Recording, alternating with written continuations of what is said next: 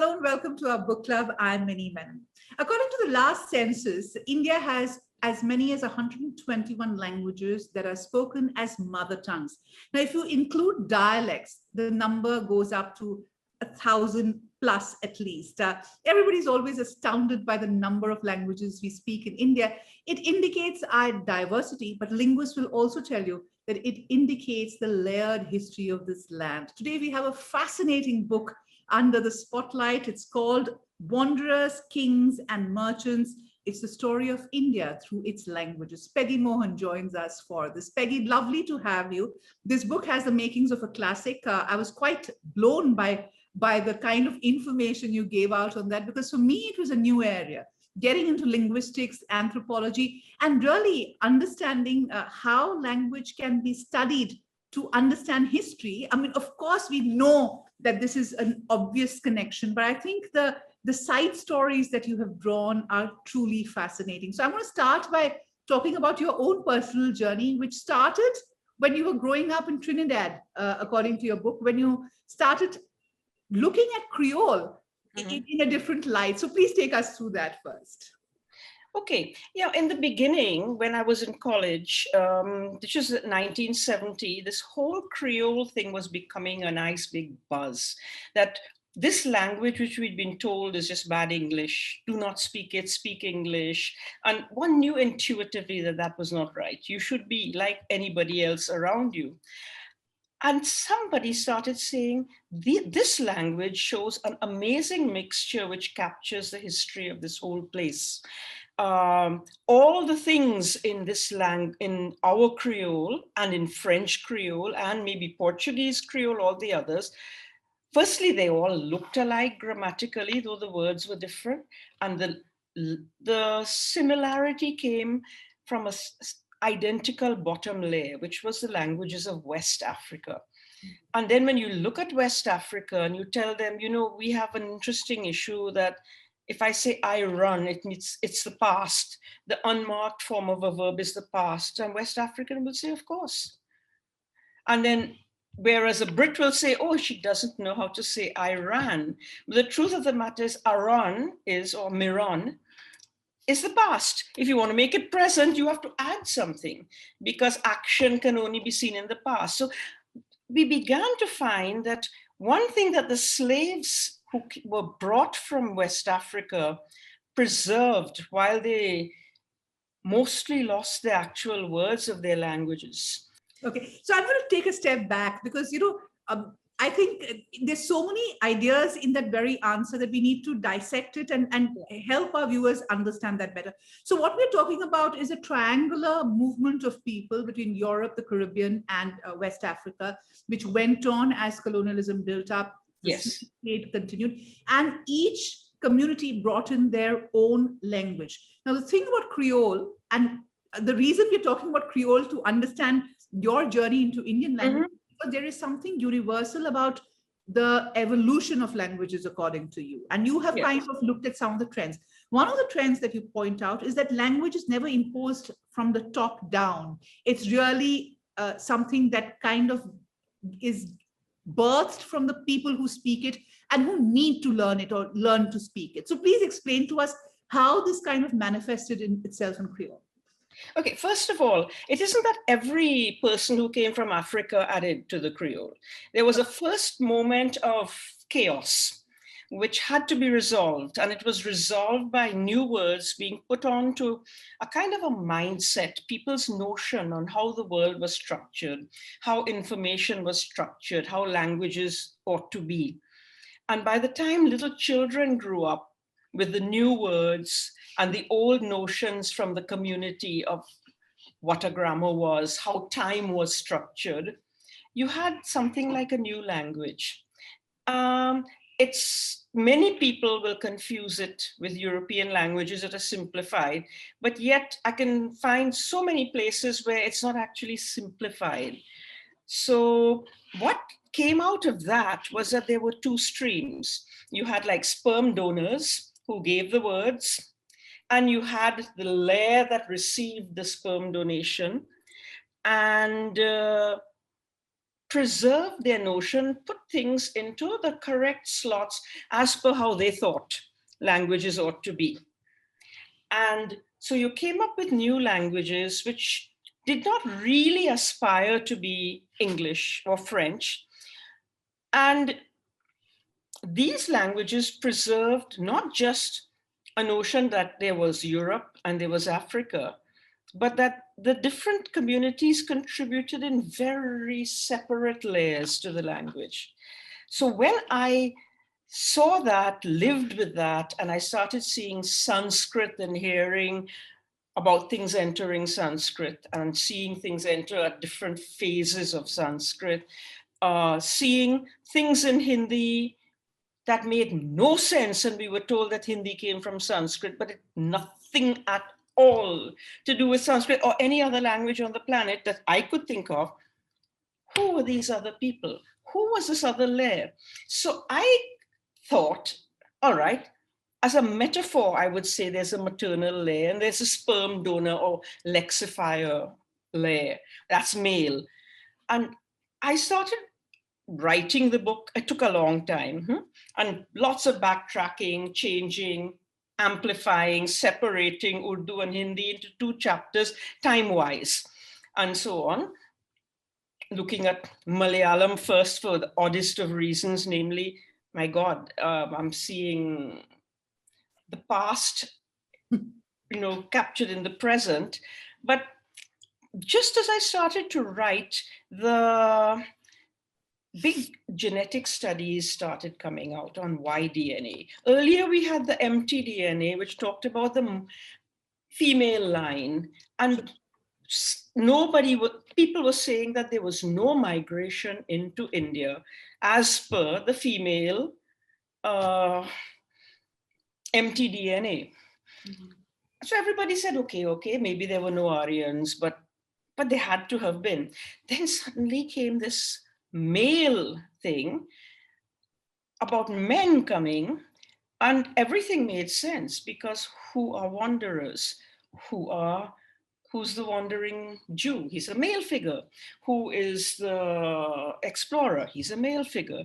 And suddenly you start seeing that it's not just a metaphor. In fact, there were women captured by men who settled here and men who came in.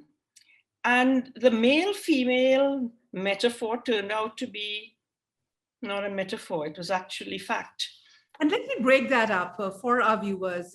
In terms of Sanskrit, the Aryan language of the Sanskrit speaking people as a race, and that's been completely debunked. It's really about a language or a group of people who came in over a long period of time. Now, what you are essentially saying is that these were mostly men who came, settled over here, and in their language, they also adopted, there was a layer of the local that came in. No, they didn't adopt it. They didn't. But a new language was formed with some of this. So explain to me that. Okay, they didn't do it. Most of change in evolution and in language is generational. So the men who came remained as they were. Their children were a different story.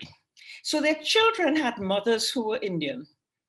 And that is true not just in Sanskrit. Ghalib's mother was Indian, his father was not. Amir Khusro's father was not Indian, his mother was. So you get this India as the mother side and this long, long continuous history of the people who came out of Africa. And then you have newcomers who, because they are powerful, they donate the vocabulary, they donate, in a way, it's like a surname. You only remember, I mean, you will not as a Malayali agree with me on this because you're matrilineal, but we think of ourselves as being whoever our fathers are, and we carry that surname, and we keep thinking that if our ancestors were the Arya, many people wondered how local features came into Sanskrit. And if you don't have a linguistic perspective, you'll start thinking, how did these men come in and start using these maybe Dravidian, maybe something else forms? And you know that's not a likely thing to happen. The Brits didn't come in and say, Indian languages, let's speak them. It doesn't happen that way. But in those days, what happened was, in the first generation, if you have no woman with you, you need local wives. If you have a local wife, she is not going to be speaking the same language as you. And this is a very common thing in many parts of the world. So you have the first children born spend at least until the age of 5 with their mothers, picking up their language, their mother's perception of Sanskrit, or the Sanskrit that you never get recorded, just how these same men were speaking. We only know about the Rig Veda, we don't know how they spoke.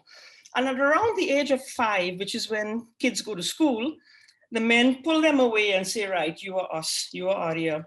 So these people who brought in these local features into the language were local, but also very Arya.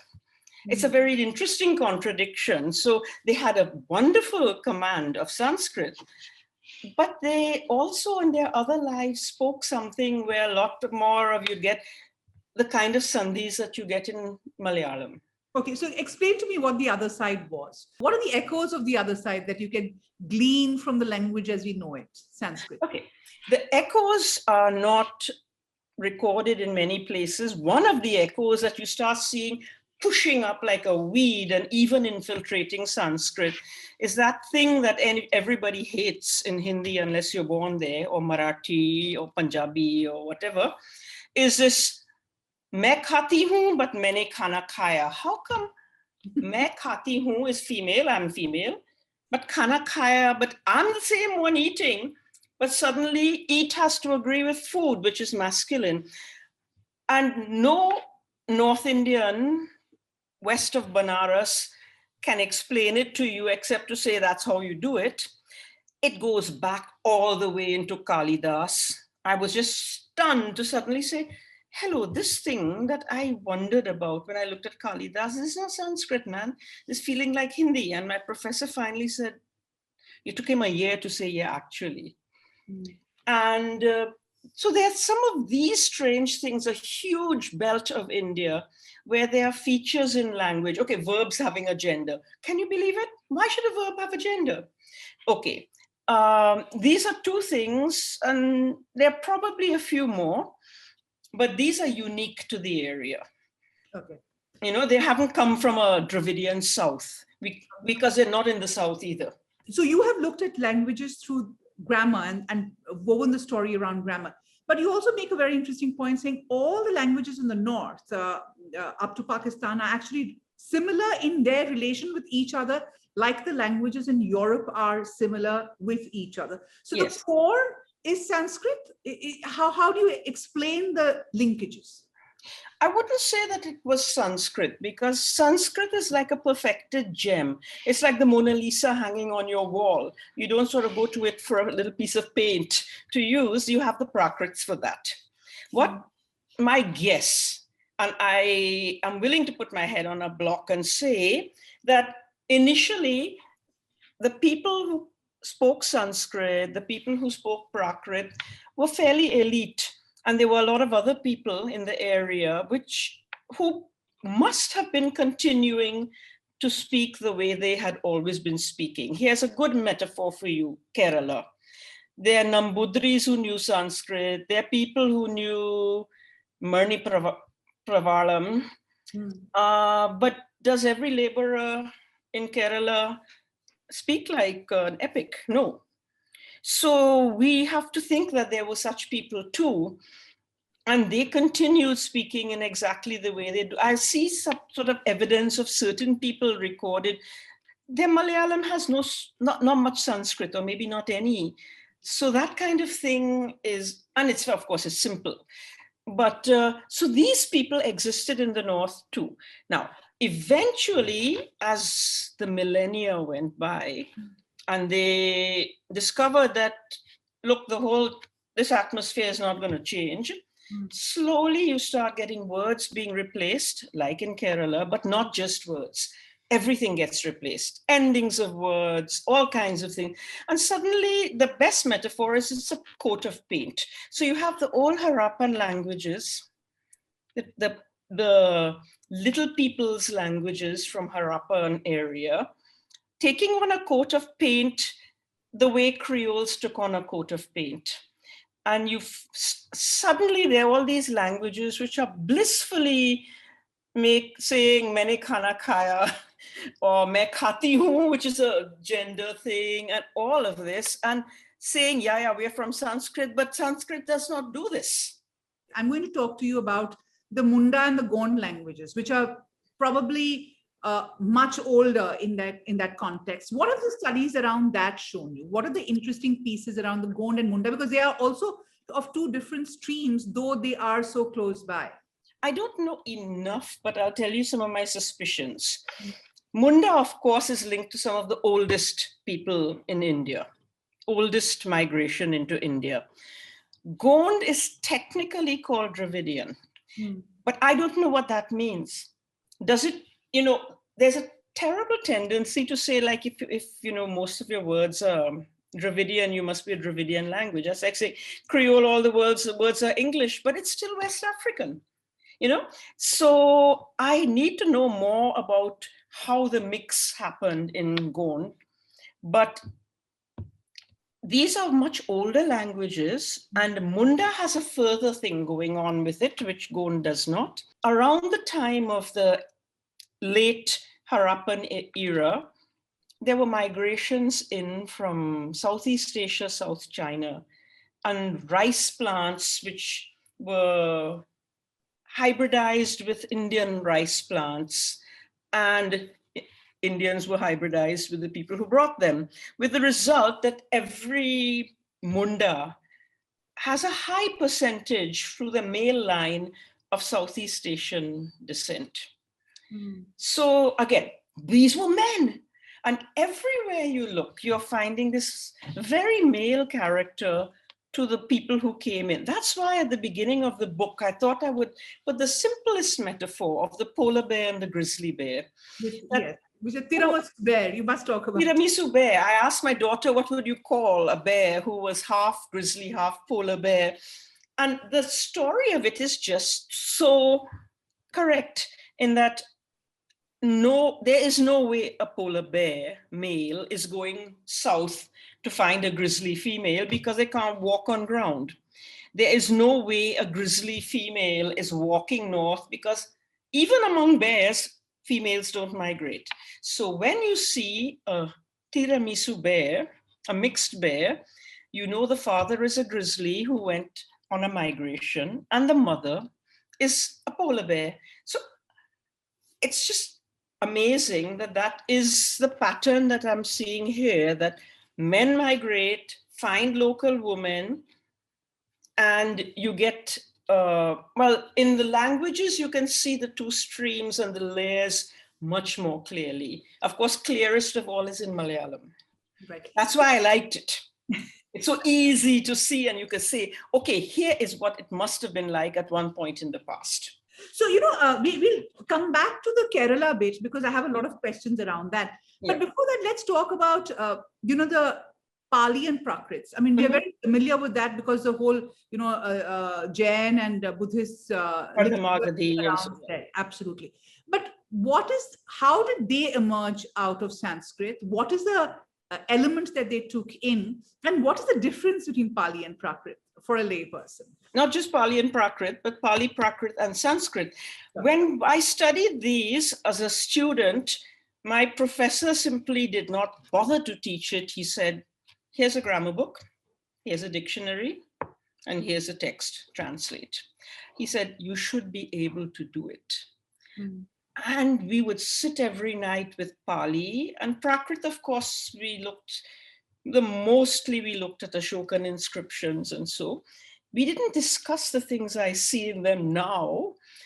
The same thing I just told you about. I mean, all these very Harappan features of making things agree with the object in the past, by me, food eaten. But I found that it was almost like reading Chaucer, how do I put it? That you just had to somehow tune your antenna a little differently. and you could get it from Sanskrit. So Pali and Prakrit, you know that here it's an L instead of an R, and here you have various little things. Okay, look, expect that. You were not lost at any time. They were close. So, and not to forget, they were elite languages. They were also literary languages. So, and being that, they also were going to be much more unified across the land. Like the Prakrit you heard in Magadha and the Prakrit you heard in the Northwest or Gujarat were grammatically the same. Some little details in words, some little details in pronunciation. Elites tend to be similar because they have common interests across a large region. But strangely, and they came up fairly soon. There must have been Prakrits before the Ashokan Prakrit, but the other languages that you hear of were just the modern languages. You got no whiff of them. You get no whiff of them because we are dependent on the written record. And there's no written record for anything that little people did until about the 10th century. So let's talk about this Prakrit. You know, you have also made a point to show that Magadhi Prakrit was very different. It had its own kind of essence, which was very different. Magadhan as a language, right? What was that difference? Magadhan Prakrit is close to Sanskrit, though it will have an intense accent. It will, if you know how to look below the surface, you'll see the grammar is really not different. There are no new things. You don't, for example, find ghar mein. They will have a case ending. It has cases like Sanskrit. You won't find a lot of these kinds of strange things that you find in the modern Indian languages, which are different from, but that's a simple one. Case was there, inflections, what is the third person singular of this? It was like Sanskrit in that way. However, once you got to the Magadhan languages, that's gone. It's all gone. And what you get is something that you can only say it has to do with the area being not Dravidian, but Munda. What is also interesting is how the Magadhan kind of influences things eastwards. If you were to look, and you have made a connection between Nagamese and Magadhan, it moving north towards the northeast. So, what is the evidence of that? I don't know, because it's not only Nagamese. Nagamese is like an Assamese type language, which has been taken on by Nagas. And they'd rather take on something that looks a lot more like Assamese and add nothing of their own languages to it. And it's not the only such example. In places like Shillong and Arunachal, you find what people call Hindi. And I look at this Hindi and hello, this Hindi is looking very Magadhan to me because it has all the Magadhan features of Nagamese. Magadhan features. You don't have the normal past tenses. You never say maine dekha, it's hum dekhli. The same hum will be there. There's a feeling of something that has a family resemblance to Bengali, Oriya, Assamese. And that's why when I called two young Nagamese speakers to my home, I thought, okay, I felt like I was doing with Malayalam. I'm going into some utterly uncharted territory. And they started talking. I said, what? I understand what you're saying. It felt like the other end of the dialect that I spoke as a child, Bhojpuri. You know, a lot of these things, jabo, it's almost Bengal. You get the Magadhan feel to it. And in a lot of the so-called Hindi spoken by the tribes in the Andamans who are losing their own language, the Hindi has a Magadhan feel to it. So you're getting a sense of a pushing east of certain languages partly because of the kind of forces in Nagaland. It could be merchants, again, so merchants are there. It could be bureaucrats. It could be whoever brings the language in, and it becomes a useful thing and people pick it up. I want to delve into the Nagamese only because there is another very unique aspect about it. We know Nagaland is a coming together of many tribes, I mean, which were given this overarching Nagaland kind of a name. But you've compared it to other areas like the Caucasus, where you have tribes which have very different languages. They might be tribes living in the adjoining areas, but they have no connection in languages. How do you explain that? And how does it persist? That's very common in places where isolation is possible, and Nagas are known for preferring to build their villages on the tops of mountains. That's really like seclusion. I used another metaphor of Indonesia, where the islands are separated by deep water. They're related, but they're not mutually intelligible. When you have that kind of terrain, there is the possibility of people being apart. Now, and the question is, did they come separately and stay separate, or did they come together and separate? We don't know the answer. And how long they've been in India or in that area. Right. With the Khasis, we have a slightly better idea. What is the research on the Khasis program, for instance? The Khasis are another migration out of Southeast Asia. You feel a very strong sense of Cambodia in the grammar and nowhere else. The other thing that is unique about the Khasis in terms of migration in India is they're one of the few groups that brought women. So while there was intermarriage with local women, there was a good 35–40% their own women, which is large. It really sustains a culture. So they are different. And then they settle in the hills. So that's what you get.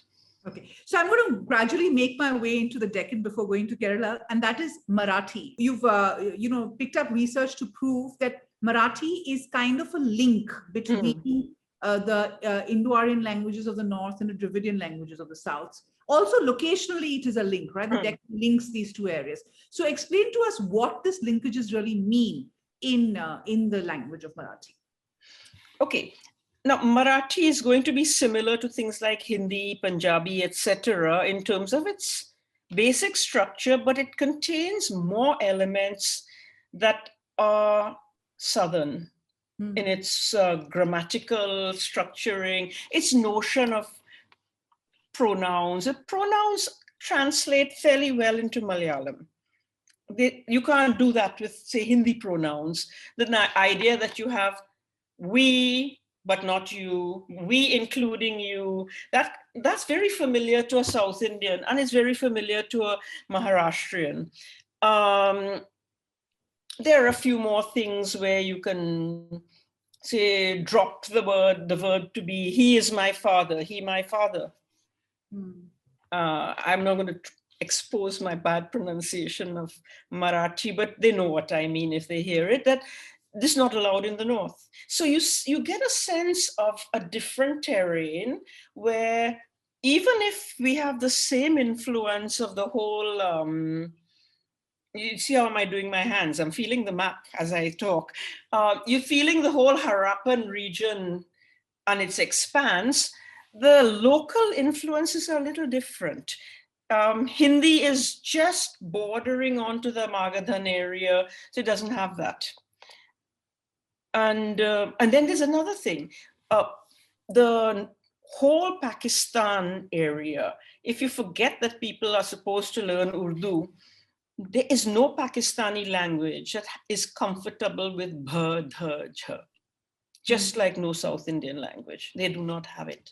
And every single Pakistani language has na and ta and da.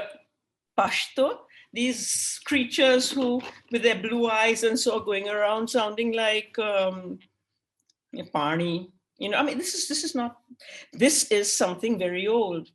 In fact, these are ways that we can trace who were there, who took the language that they brought and changed it, adapted it, made it local, and carried on with it. Let's come to Kerala now. The point that you make is in the 8th century, you had this influx of Nambudris who were Brahmins who came in from the north. They kind of were brought in by the kings, and that's historically also, of course, true. They were given land and they became kingmakers, so to say. They gave sanctity to the royals, and they became very, very powerful in the scheme of things. It was a layer that came in, settled, and also over there you will see some of the oldest elams, the homes, or like the tarwars or elams of the Nambudris, which go back, we know, about 1,000 years, for instance, right? Yeah. But how did the language get shaped by this? Because while Malayalam is Dravidian, I'm a Malayali and I don't know Malayalam as well as I should, but I can tell you that wherever I go in India, I can pretty much translate anything anybody is saying in the local languages because I understand Hindi and Malayalam. And I find that if you understand these two languages, you do get a grip of it. So if a person speaks slow enough, I can figure out which language, what he's saying. Now that is obviously because of the Sanskrit as well as the Dravidian influence or the Tamil influence of the language. Okay, what you seem to find is a very familiar situation, and that's why I wanted to look at Kerala. Everything you've described sounds like the influx of the Arya into the northwest and finding people there too. So they come in, undoubtedly they speak something besides the Rig Veda, but that gets lost almost immediately because in Kerala, every single language that came in and that was vernacular, but that the Syrian Christians spoke, that whatever, Jews spoke, that left. That got lost. The classical languages were kept. So the Nambudris kept Sanskrit. We have no real clear idea what they spoke at the time of arrival. They quickly switched into Malayalam. But what's interesting is that the changes didn't happen immediately. They took a few centuries to start. And the reason I would guess is because it needed a certain political atmosphere to encourage it. Maybe there were certain battles. There was definitely a defeat of the Buddhists. And just at that point, people start doing exactly what the people who write ghazals in Hyderabad start doing just around the time of Aurangzeb. They start using the local language and sticking in all the fancy words that they don't have in the local language, stick it in from either Sanskrit. With the ghazals, it came out of Persian, and exactly the same way, just nouns. So you started first with the epics, and these guys wrote sticking nouns here and there. I mean, I look at some of these, and the whole sentence is looking like all Sanskrit. So fine. And if you show the parter, which was there before, Malayalis can't understand it anymore. It's just too Dravidian. However, there was a further thing that happened, as with Sanskrit. I mean, there's never just one migration. There's a second. The second migration is when the thing left the epics and started being used in general literature, either like for political things, scientific things. So you read anything in online, like a news report from Kerala, you will see a lot of Sanskrit. I must tell you that the spoken Malayalam and the literary Malayalam are two different animals. I know. Barely understand the literary Malayalam because it's so complex, Oh, because it's also the language that politicians use. It's a very, very formal kind of a language, which is not something that you use every day. So that is also a trend which is very, very interesting. That's normal. In fact, when I first tried to Google a few of the serials and listen to them, it was sounding familiar, but I was understanding much less than I expected because I wasn't getting the Sanskrit. Yeah. So, I'm going to come back to the universal aspect of this flow of people, flow of languages. You have pointed out to certain trends. The first is that it's the male line that kind of imposes something. It's the female line that kind of makes it its own and gives it the nuance, right? That's one. The second is a very interesting thing, that it's the nouns that come in, you know. Yeah. So can you list out some of these very interesting aspects that you have noticed after studying multiple languages? Because these are all very new concepts. I guess it, for me at least, it'll take some time to kind of settle in, as it will for readers, because it's a new construct, right? So why don't you recap for us, what are the trends that you see? You look at Urdu poetry and you don't see any verbs coming from Persian. You don't really see any pronouns, you don't see numbers, etc. coming. In Kerala, you see nouns, but you never see numerals coming. The numbers are the same as before. You don't see pronouns coming. Yes, there's something very interesting that they do.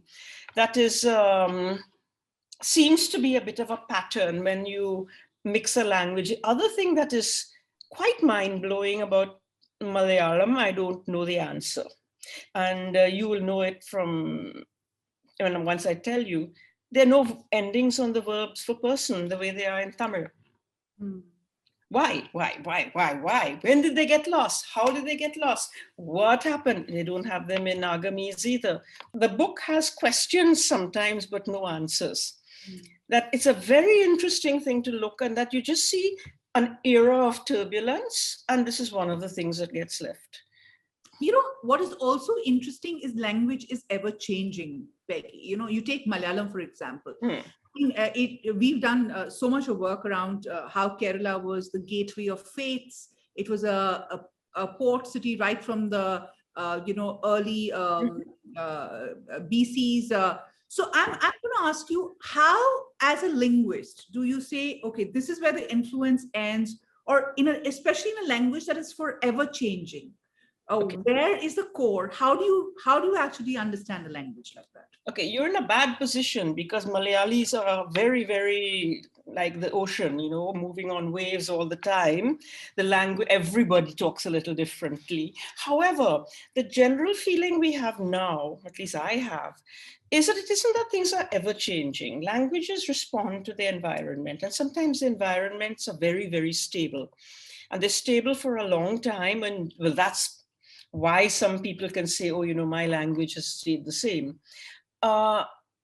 Only if there's a war or an upheaval or whatever, people are forced to adapt in some way. So that basically the idea that it isn't that they are constantly on an incline going up and growing by day. Think of it as your room. If you are a messy person like me, you will leave the room until it is in such a bad state that you do one splendid job. And then after that, leave it for some time again. So that basically that seems to be like, we talk of Urdu. When you look at the 13th century stuff that Amir Khosrow put out, you can't tell it's not today. So if there's not been really anything shakingly different from the 13th century to the 21st century, that's stability. It's quite a lot of stability. So I think that languages crave a certain stability. They do not want to be changing. You asked a question about nouns and so on, how they get in. I have a metaphor I use in the book, which is of a mosaic, and Kerala is a great example, that you can make a floor with just plain white cement. But if you put in pretty colorful pieces and make a pattern, in my case, I made an octopus, people will look and say, oh, wow, what a colorful octopus. No, it's a small part of a very large floor, which earlier didn't have an octopus at all. The point is the floor does not need the octopus, but the octopus needs the floor. And the floor is the Dravidian content of Malayalam. And the granite pieces are the Sanskrit. So the word matrix is an interesting thing. Matrix suggests matriarchal again. Everywhere we look. Absolutely, that's really fascinating. My last question, I said when I started off that there are 121 recognized mother tongues in India, but there are 1,000+ dialects. So there is also a constant fragmentation of languages, right? What determines that? What determines the fact that in Kerala, for instance, if you go from Travancore to Thrissur to Malabar to northern Kerala, the language dialect changes. And that's only a small sliver of a state, right? Think about a Maharashtra, or think about a Bengal or Bihar with the Darbhanga language and the Maithili. I mean, it's really such a mix, you know. So I'm going to ask you, what determines how dialects live on? Poverty. The poverty and isolation. The smaller the size of your world, the smaller the size of your dialect. If you're part of the subsistence economy, it will be quite small. If it's a little bigger, and you might have a little contact with your neighbors, you'll find suddenly, if you move to a market economy, you suddenly be sending your kids to school and they'll be learning a larger regional language, which, if you really think about it, it's not really your language, but you say, I feel something for it. I have what's called loyalty to it. I mean, when a Rajasthani says, I'm a speaker of Hindi, if you really listen to him, his language sounds to me like Gujarati, but he believes he's a speaker of a dialect of Hindi. So in a way, you find small little things. Isolation has small languages. Then the entire pulling together that has come with all these migrations has been to unify and blend. And it's not a totally good thing. We are now at a stage in the world where maybe we have blended a little too much. And it's part of a larger paradigm where we all in the same internet, we all speaking in English. So this is the other end of that. So the extent of your poverty, the extent of your isolation, how small your horizon is going to be, will determine how small your language is. And like you hear, for example, a poor person speaking with a very blurred accent from not very far out of Delhi. It's not far, but you can't follow it because it's her little tiny cubby hole. Right. So at the end of the day, language tells us the story of human civilization. It tells us the story of migrations. It also tells us the story of power plays, right? Because at the end, yes, it's about power. Yes. So on that note, Peggy, thank you so much for joining us and helping us open up this whole new world. We hope to have a lot more of you to, I think, dissect into each one of these little strains that you've picked out for us and understand it better. Many thanks. Happy. Thank you.